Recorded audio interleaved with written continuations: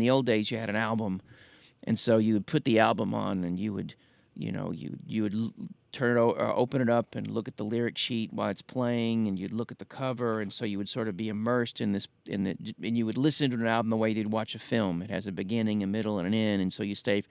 Lots of folks don't do that, and nothing wrong with doing that.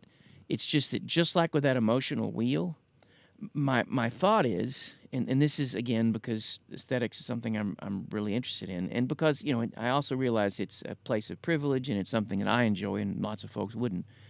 But I think there's something about being able to choose one of the songs that you've listened to forever, and you say to yourself, I didn't really know the lyrics to that, and then take the time, because I wonder if there's something to that. Is it because and people have different musical profiles.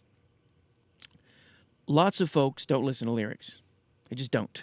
There's a study called psychoacoustics, and I can't think of her name. She was a producer, and she produced a lot of Prince albums, and she's a professor at I forget where she's at, but she has a book where she talks about, and you take these tests, and she determines what kind of listener you are. So, some folks listen to lyrics, some folks listen to beat, some folks listen to texture. Some folks like the timbre, so like the way things sound, right?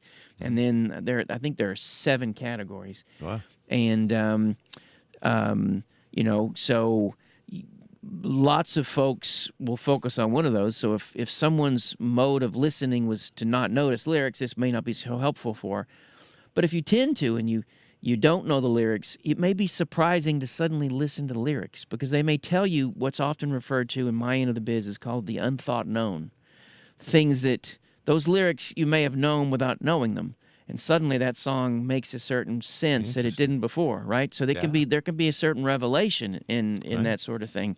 Could be, right? Or maybe a letdown because you thought it said this, and then it comes up with something completely different than the actual words. So that's happened. And there's something about mishearing lyrics that can often be generative, because sometimes that's an unconscious creative act of the listener, right?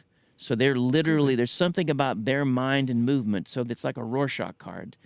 We see them take this ambiguous stimuli, making something out of it, and that can be revealing and important, right? The misheard lyric could tell you something that the heard lyric couldn't, right? Yes, it makes me wonder sometimes that the musician has a part in this when they drag out or slur the words or use it in it and take a word. And I'm looking at you, Bob Dylan. I know those are the kind of things. So yeah, there may be a combination of those. I mean, because maybe that's a hook that you want to sell more albums from. So you got, slur the words out here, and everybody goes, wait, I need to find out what that is, and purchase the product, if you will. It's funny you say that, because there's an REM song. Oh, it's off of Reckoning, I think. I think it's off Reckoning. It's one of the earlier albums, and the lyric, he says. I thought he always said Nietzsche bound, but he's actually saying Caliche bound, and Caliche, I think, is a type of mud that's used to a clay. I think it's a natural occurring clay. I may be wrong. All right, this is what you talked about earlier as granularity. Granularity is taken over somehow. But yeah.